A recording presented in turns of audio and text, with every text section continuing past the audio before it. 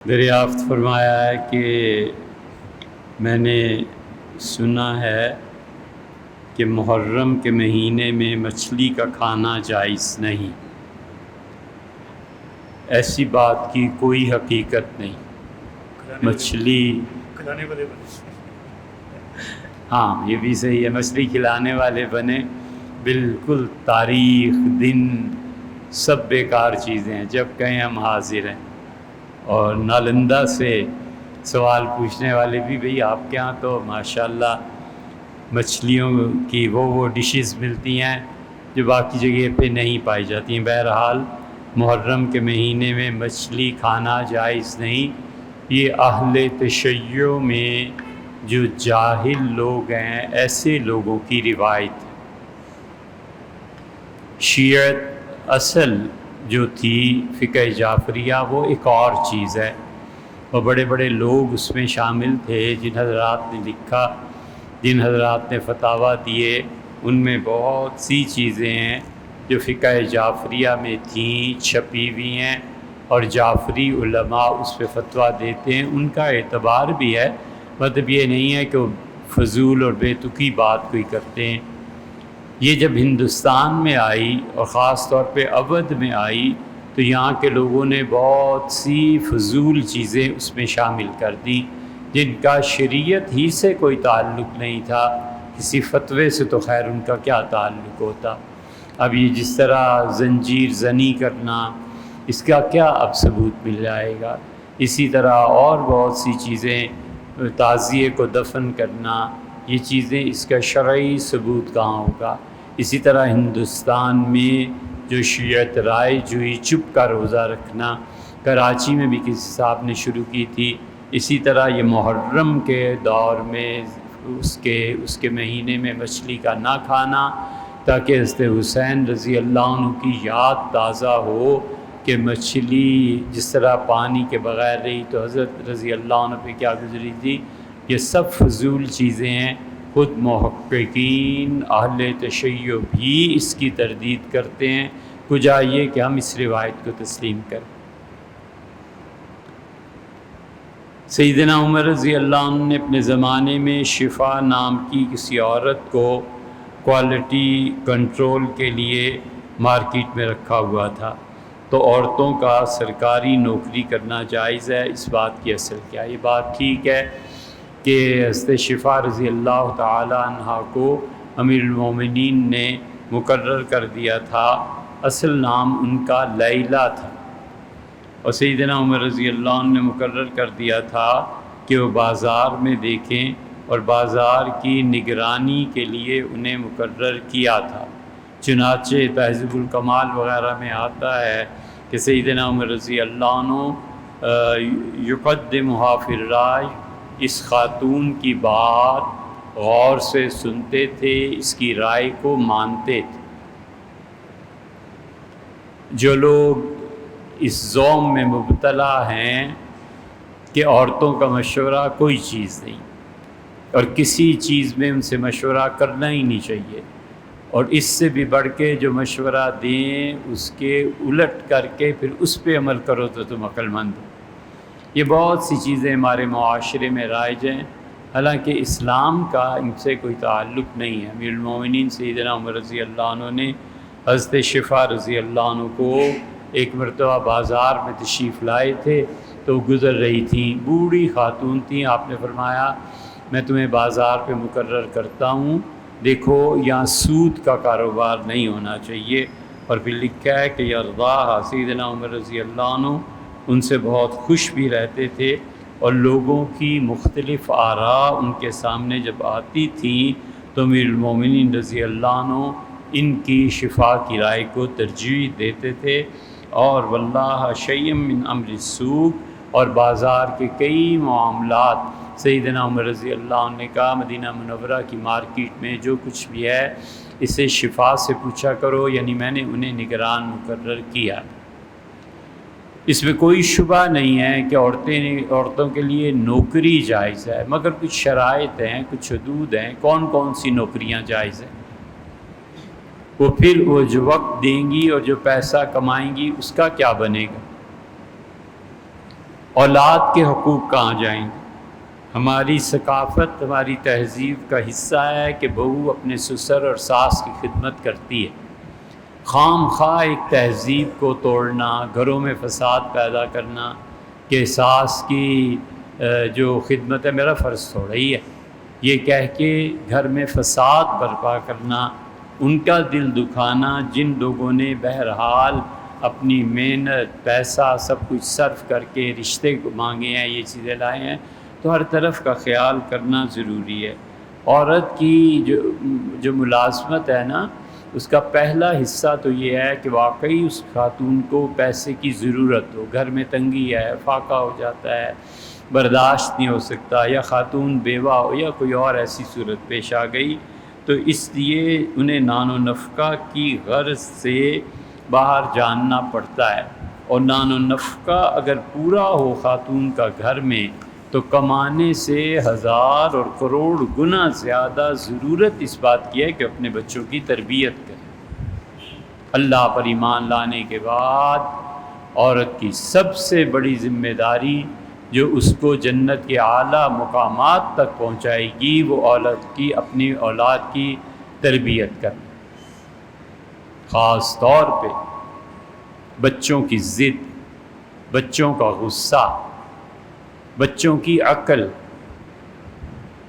ان سب چیزوں کی ذمہ دار ماں ہے۔ بچہ عقل سے کام کرتا ہے یا نہیں؟ بچہ غصے کو قابو کرتا ہے یا نہیں؟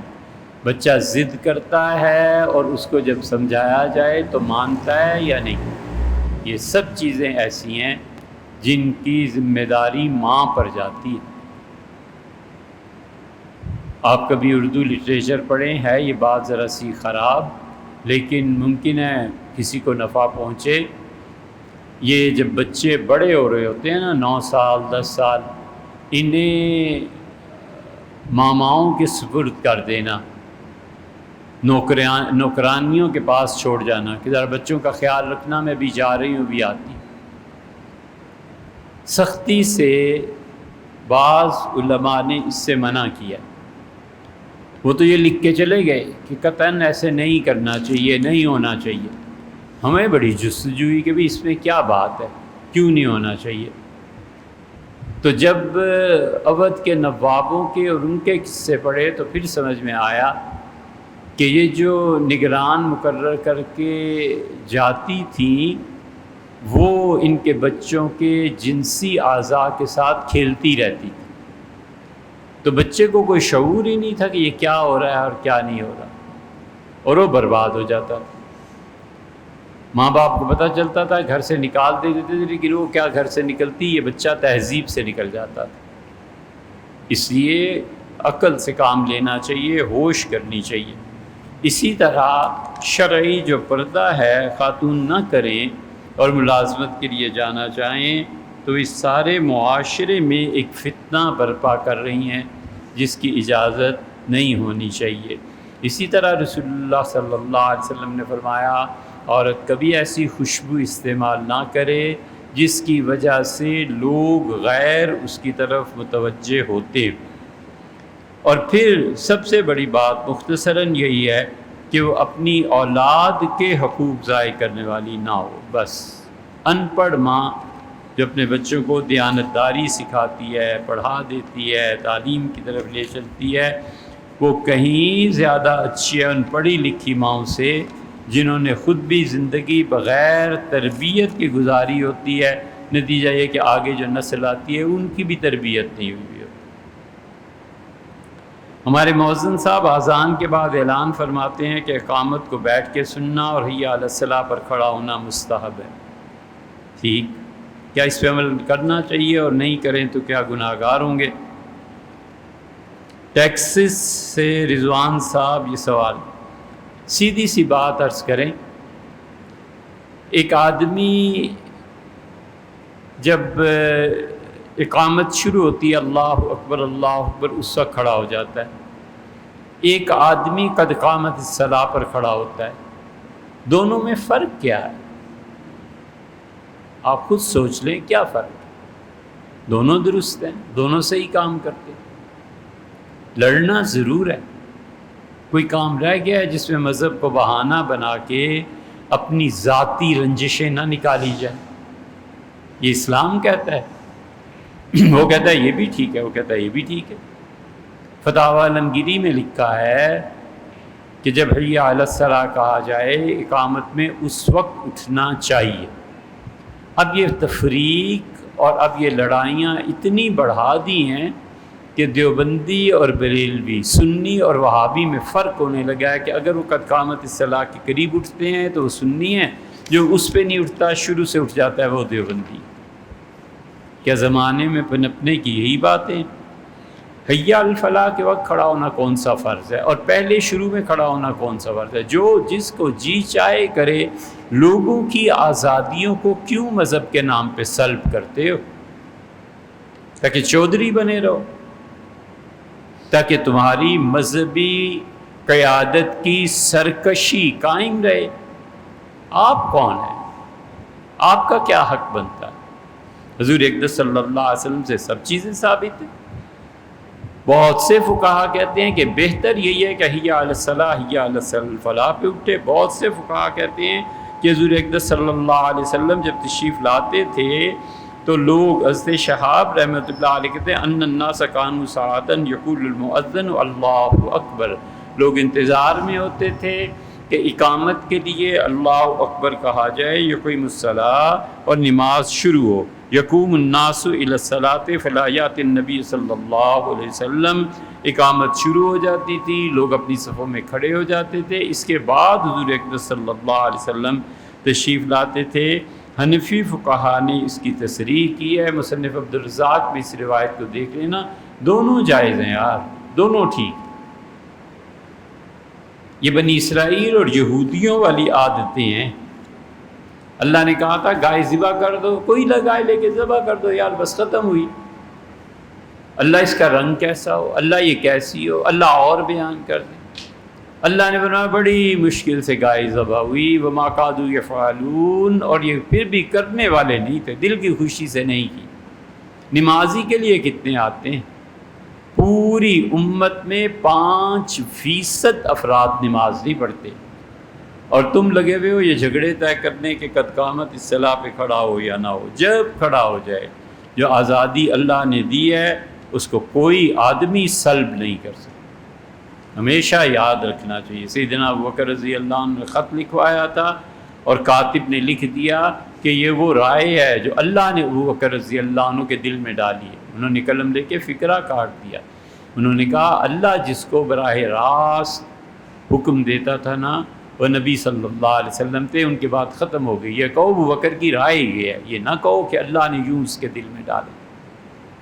ہم ٹھیکیدار ہیں کہ اللہ کچھ نہیں یار، جو سمجھا گیا ہے وہ یہ ہے، ائمہ نے اس کو ایسے سمجھا ہے، بس ائمہ کی پیروی کرتے ہیں، ہم کہتے ہیں یہ، اس سے زیادہ کچھ نہیں۔ یہ کہنا کہ اللہ کی مراد یہ ہے بڑے حوصلے کا کام۔ اللہ تعالیٰ کہاں ہیں؟ ہندوستان کے 2 ماتریدی مسالک اس کا جواب دیتے ہیں۔ کیا یہ کہنا درست ہے کہ اللہ ہر جگہ ہے؟ کیا ان دونوں جملوں کو کہنے والا شرک کا ارتکاب کرتا ہے؟ ایک عورت نے حضور صلی اللہ علیہ وسلم سے پوچھا تھا کہ اللہ کہاں ہے، تو آپ نے فرمایا آسمانوں پر۔ آخری سوال یہ ہے کہ اہل سنہ کی کثیر، اچھا یہ تو بعد میں کرتے ہیں۔ دیکھیے بھیا، یہ مسائل ہیں علم کلام کے۔ ہم نے ایک مرتبہ اہل سنہ کے عقیدے کا بیان کیا تھا اور اس مسئلے پر بحث کی تھی۔ 107-8 گھنٹے کی ریکارڈنگ ہے کہ اہل سنہ کے عقائد کیا ہوتے ہیں۔ تو اس لیے اللہ تعالیٰ کے متعلق سوال کرنا کہ اللہ کہاں ہے، یہ سوال ہی غلط، کیونکہ آپ کہاں کا لفظ استعمال کرتے ہیں اس چیز کے لیے جس میں 3 چیزیں پائی جاتی ہیں: لمبائی، چوڑائی اور موٹائی۔ احمد کہاں ہے؟ کس جگہ پہ ہوگا نا۔ اب احمد نام کا جو بندہ ہے اس کی لمبائی، چوڑائی، موٹائی کچھ تو ہوگی۔ میں نے آم یہاں رکھے تھے، کہاں ہیں؟ آم کی کوئی لمبائی، چوڑائی، موٹائی ہوگی نا۔ اللہ ان سب سے بری ہے، اللہ تعالیٰ اس سے بہت بلند و بالا ہے۔ اللہ جل شانہ کا جسم جسم جسے ہم کہتے ہیں اس سے وہ پاک ہے۔ اس لیے جن احادیث میں حضور صلی اللہ علیہ وسلم نے ایسے فرمایا ہے، اس میں بھی رسول اللہ صلی اللہ علیہ وسلم نے مخاطب کی رعایت سے جواب دیا ہے تاکہ اس کی سمجھ میں آ جائے۔ جس حدیث کا آپ حوالہ دیتے ہیں وہ ایک صحابی رضی اللہ عنہ حاضر ہوئے تھے اور عرض کیا تھا کہ اللہ کے رسول ایک چیز ہو گئی تھی، میں نے منت مانی تھی کہ میں ایک مسلمان باندی کو آزاد کروں، تو وہ گونگی تھی۔ حضور اکرم صلی اللہ علیہ وسلم نے اس سے پوچھا کہ اللہ کے بارے میں کیا کہتی ہو، اللہ کہاں ہے؟ تو اس نے اوپر کی طرف اشارہ کیا، یعنی عرش پہ ہے۔ یہ ہم بھی اوپر کی طرف ہاتھ اٹھا کے دعا مانگتے ہیں، کیوں؟ اس لیے کہ جتنی سمتیں ہیں دائیں بائیں اوپر نیچے، سب سے زیادہ شرف اور تعظیم اوپر کی سمت سمجھی جاتی ہے۔ سب سے زیادہ عزت والی جو سمت ہے، جو اشارہ ہے، وہ اوپر ہی کیا جاتا ہے نا۔ ہم اس نفسیات کے تحت کہتے ہیں کہ اللہ کی شان۔ دعا میں ہاتھ اسی لیے اس طرح کیے جاتے ہیں کہ اللہ کی طرف سے رحمت آئے گی اور خدا بھر دے گا۔ مظلوم آسمان کی طرف اسی لیے کرتا ہے، اپنے چہرے کو اٹھاتا ہے کہ اللہ تعالی مدد کرے اور ظالم کا بیڑا غرق ہو جائے۔ اور خاص طور پہ اس ملک میں جو ظالم ہیں، اللہ ان کے گھرانوں کو برباد کر دے، خدا ان کی قبروں کو جہنم کی آگ سے بھر دے، اور اللہ سجدے کی توفیق ان سے چھین، خدا سجدے کی توفیق ان سے چھین۔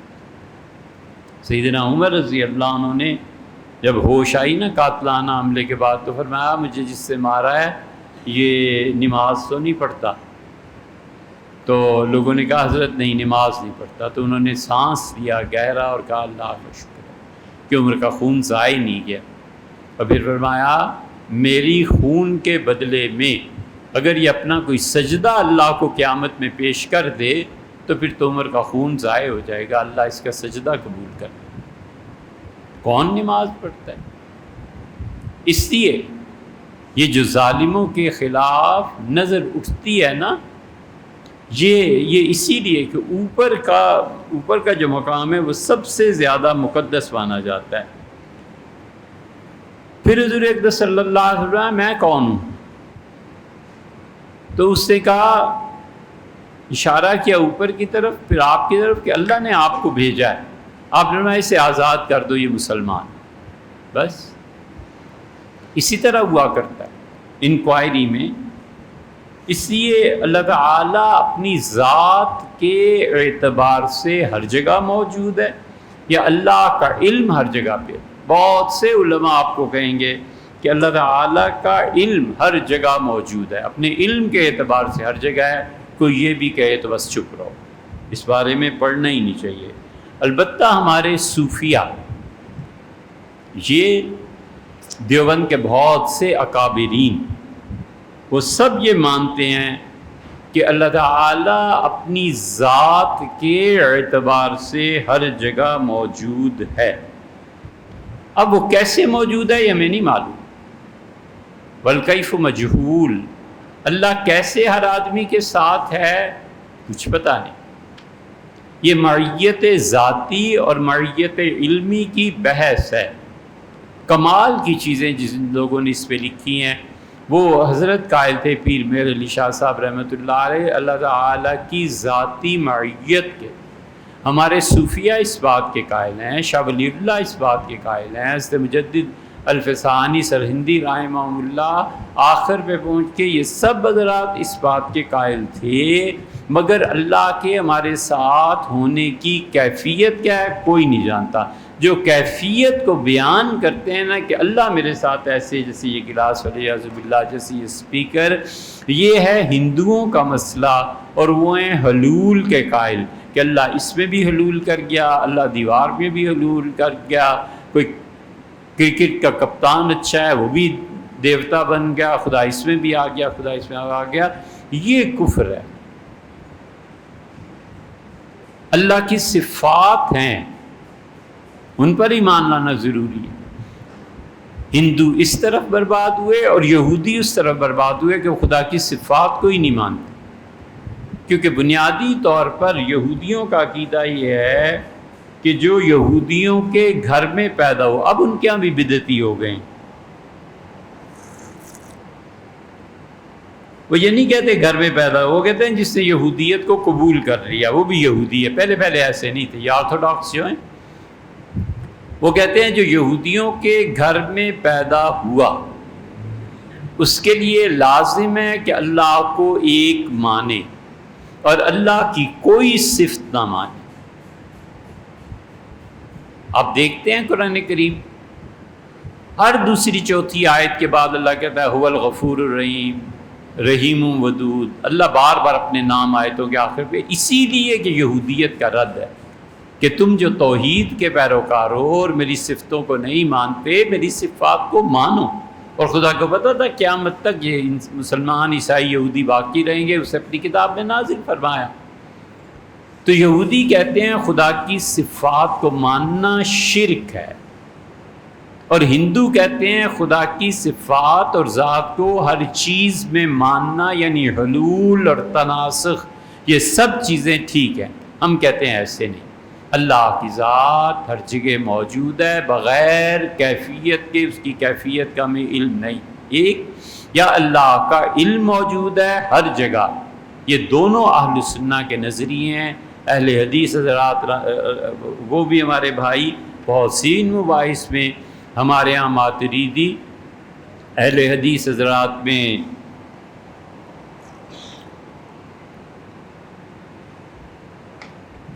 غزنوی اور لکھوی، ان سب کا عقیدہ وہی ہے جو ہمارا ہے۔ اس لیے اللہ تعالیٰ کی ذات کے متعلق بہت سے علماء کا عقیدہ ہے۔ اس پہ بہترین چیز پڑھنی ہو حضرت پیر مہر علی شاہ صاحب رحمۃ اللہ علیہ کو پڑھنی چاہیے۔ انہوں نے اللہ کی معیت پہ بہت زبردست چیزیں لکھی ہیں، ابن عربی رحمۃ اللہ نے بھی لکھی ہیں۔ آخری سوال تحریر فرمایا ہے کہ اہل سنہ کی کثیر علماء نے ابن تیمیہ رحمۃ اللہ علیہ کو اہل سنہ سے ہٹا ہوا قرار دیا ہے۔ محمد رضا خان صاحب نے بھی اور دیوبند کے فتاویٰ میں بھی ان کے لیے کوئی مثبت رائے نہیں پائی جاتی۔ تفصیل تو بہت بھیا مشکل ہے، اتنا وقت ہی نہیں ہوتا، لیکن اتنی بات خیال کرنی چاہیے کہ ملا علی قاری رحمۃ اللہ علیہ نے ابن تیمیہ رحمۃ اللہ علیہ کو، ابن قیم رحمہ اللہ کو اہل سنہ ہی میں شمار کیا۔ شیخ الاسلام ابن تیمیہ رحمۃ اللہ علیہ کے تفردات کلام کے بارے میں، اللہ کے علم کے بارے میں، اس کی ذات کے بارے میں، عرش کے بارے میں، کائنات کی تخلیق کے بارے میں، کچھ جگہیں ایسی ہیں جہاں اہل سنہ نے گرفت کی ہے۔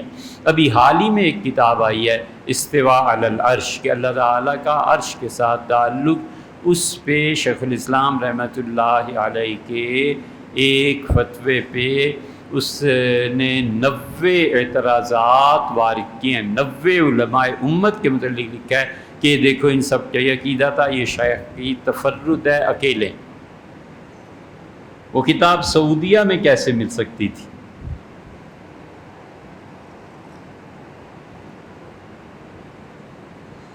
لیکن اللہ کی شان وہ کتاب لکھ دی ہے ایک شہزادے نے، تو شہزادے کی وجہ سے وہ کتاب مارکیٹ میں آ گئی۔ اسے چیلنج کیا، اس کہا کر لو جو تم نے کرنا ہے۔ میں علمی طور پر جس بات کو صحیح سمجھتا ہوں صحیح ہے، غلط ہے تو غلط۔ ایک بات آپ سے بالکل شاید کام کی ہو، عرض کریں، یاد رکھو عقیدہ جو ہے نا، یہ بسا اوقات اتنی باریک چیز ہو جاتی ہے کہ ضروری نہیں کوئی اس بات کا قائل ہو تو وہ کافر ہو جائے۔ بس اپنا ایمان بچاؤ، کبھی کسی کے کفر میں نہ پڑو۔ جو کہتا ہے اسے کہو جی مفتیوں کے پاس جاؤ، مجھے نہیں پتہ۔ یہ حدیث حضرت شاہ ولی اللہ صاحب رحمۃ اللہ علیہ نے بہت اچھی بات لکھی، اس کو ہم نے ریکارڈ بھی کروایا ہے۔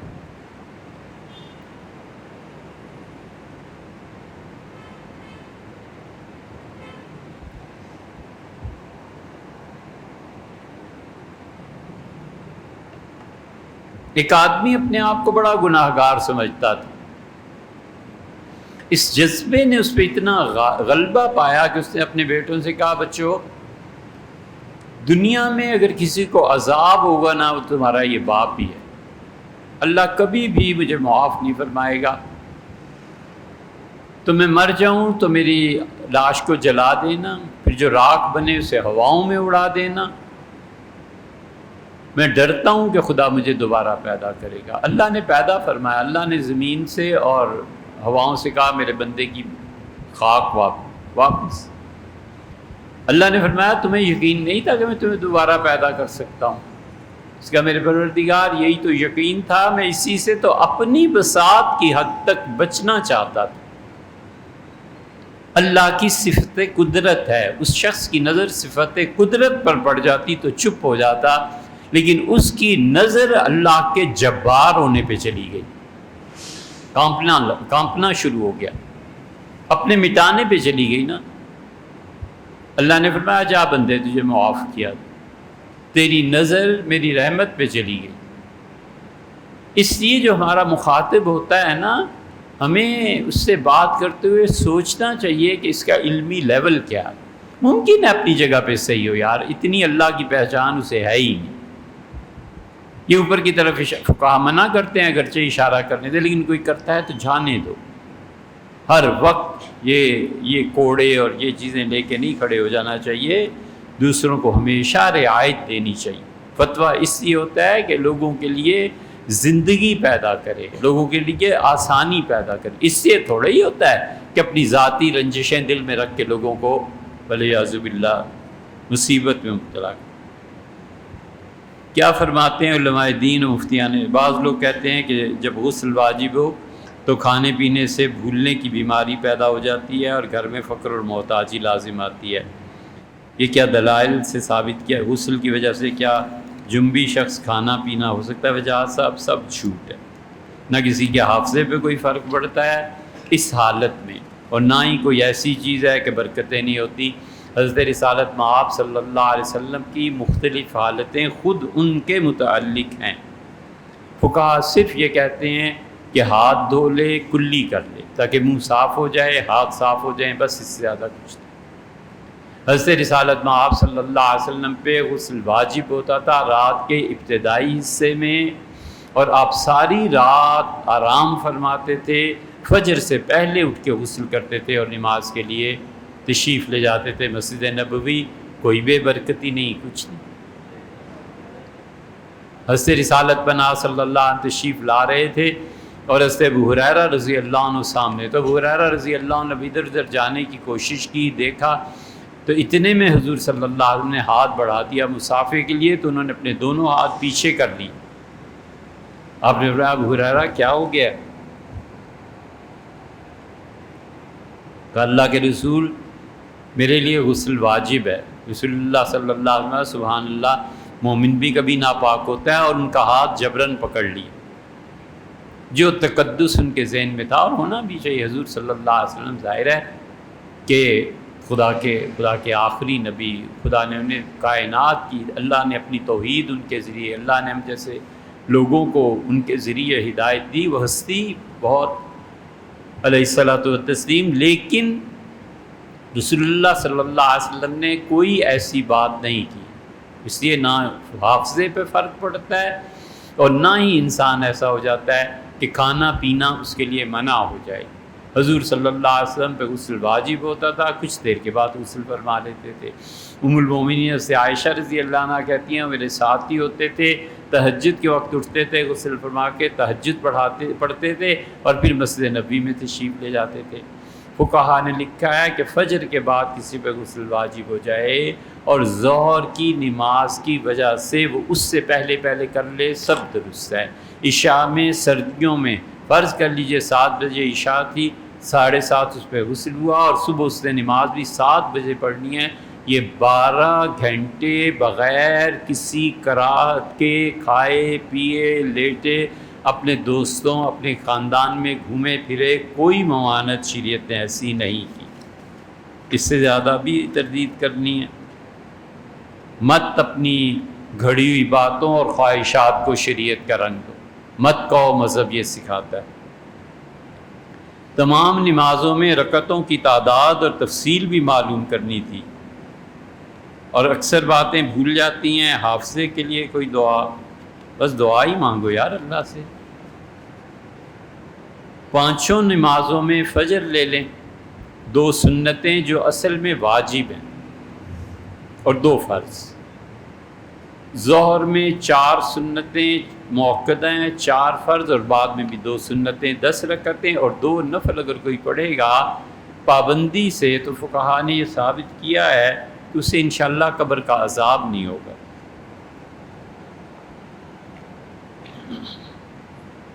اس اعتبار سے 12 رکعتیں ہو گئی۔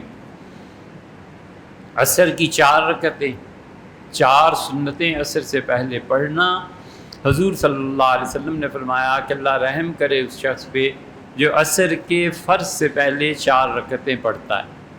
صوفیہ اس کا بڑا اہتمام کرتے تھے، صوفی لوگ عصر تاخیر سے پڑھتے تھے اور ہمیشہ 4 رکعتیں ضرور پڑھتے تھے۔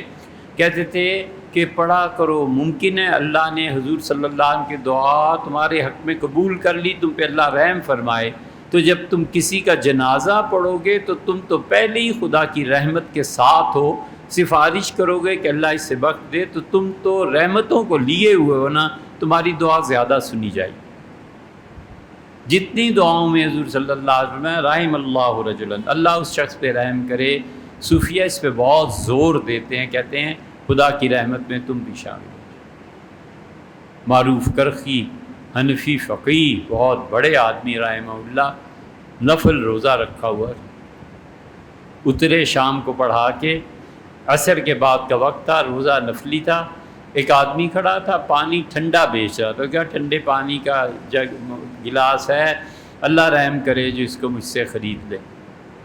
تو کرخی رحمۃ اللہ نے پیسے دیے، بیٹھے اور پانی پی لیا۔ شاگردوں نے کہا حضرت روزہ ہے، ان کا میں جانتا ہوں، حضرت روزے کی قضا کر لی، ان کا پھر کر لوں گا، روزہ دوبارہ رکھ لوں گا، لیکن اس بندے کی دعا اگر قبول ہو گئی نا کہ اللہ رحم کرے اس شخص پہ جو پانی پی لے، تو یہ پھر نہیں ملنے کی۔ یہ انسانیت ہے، اس کو سیکھنا چاہیے۔ عصر کے بعد اچھا، مغرب کے بعد 3 فرض 2 سنتیں۔ جب سورج ڈوبتا ہے تو در حقیقت نماز کا وقت جائز ہو جاتا ہے۔ بہت سے حضرات 3 رکعتوں سے پہلے، فرض سے پہلے 2 رکعتیں پڑھ لیتے ہیں، ٹھیک کرتے ہیں، اس پہ نہیں جھگڑنا چاہیے۔ حنفی فقہا اس لیے منع کرتے ہیں کہ فرض نماز میں اب ہر کوئی آ کے اگر پڑھ رہا ہے تو پھر آخر پہ ہوگا کیا، نماز میں تاخیر ہو جائے گی۔ تو 3 فرض 2 سنتیں اس کی موقدہ ہیں، اور یہ موقدہ سنتیں بہت زیادہ تاکید کی گئی ہے، اور پھر 2 نفل پڑھ لے، یا 2 سنتوں کے بعد 4 نفل پڑھ لے۔ عشاء کی رکعتیں پہلے 4 غیر موقدہ سنتیں ہیں، لیکن یہ حدیث سے ثابت ہونا اب تک بہت دشوار ہے۔ جو نئی نئی کتابیں بھی آ رہی ہیں اس میں بھی یہ ذکر نہیں آ رہا، لیکن کہتے ہیں کہ جو کتابیں بغداد میں جل گئی تھیں ان میں ایسی روایات موجود تھیں۔ پھر اس کے بعد 4 فرض، پھر 2 سنتیں موقدہ ہیں۔ ان 2 موقدہ سنتوں کے بعد اور وطر سے پہلے جتنے نفل کوئی پڑھ لے، یہ تہجد کی ابتدائی شکل، بس آسان ہے۔ 2 4 6 8 10 12 بس سنتیں پڑھ لی، 4 فرض 2 سنتیں، اس کے بعد 2 نفل اسی لیے ہیں کہ یہ تہجد کا ایک ثواب درجہ حاصل ہو جائے۔ زیادہ پڑھ لے، پھر آخر پہ وطر پڑھ لے تو یہ تو بالکل ہی ٹھیک ہو گیا الحمدللہ۔ جمعے کی نماز میں پہلے 4 رکعتیں، خود ہمارے امت کے فقہا اسی بات کے قائل ہیں کہ وہ کہتے ہیں حضور صلی اللہ علیہ وسلم نے 4 پڑھی بھی ہیں، ابن مسعود سیدنا علی رضی اللہ عنہ نے بھی 4 پڑھی ہیں، لیکن اصل میں حضور صلی اللہ علیہ وسلم ما قدرہ، دیکھو جتنی اللہ توفیق دے اس وقت رکعتیں پڑھنے کی اتنی پڑھ لو۔ تو اس پہ بعض فقہاء امت وہ کہتے ہیں 2 پڑھ لے، 4 پڑھ لے، 8 پڑھ لے، جتنی اللہ توفیق دے، اس کے بعد خطبہ اور جمعہ، اور 2 فرضوں کے بعد 4 سنتیں موقدہ ہیں۔ امام ابو یوسف رحمۃ اللہ علیہ کے نزدیک 6 سنتیں موقدہ ہیں، 4 اور پھر 2، لیکن فتویٰ اسی پہ ہے کہ 4 سنتیں موقدہ ہیں، اور پھر 2 نفل بھی اس کے بعد ہیں۔ یہ ساری چیزیں اگر آپ کو تفصیل سے سمجھنی ہو تو حضرت صوفی عبدالحمید صاحب رحمۃ اللہ جو ہمارے استاد تھے، انہوں نے نماز مسنون میں ان چیزوں کی تفصیل لکھ دی۔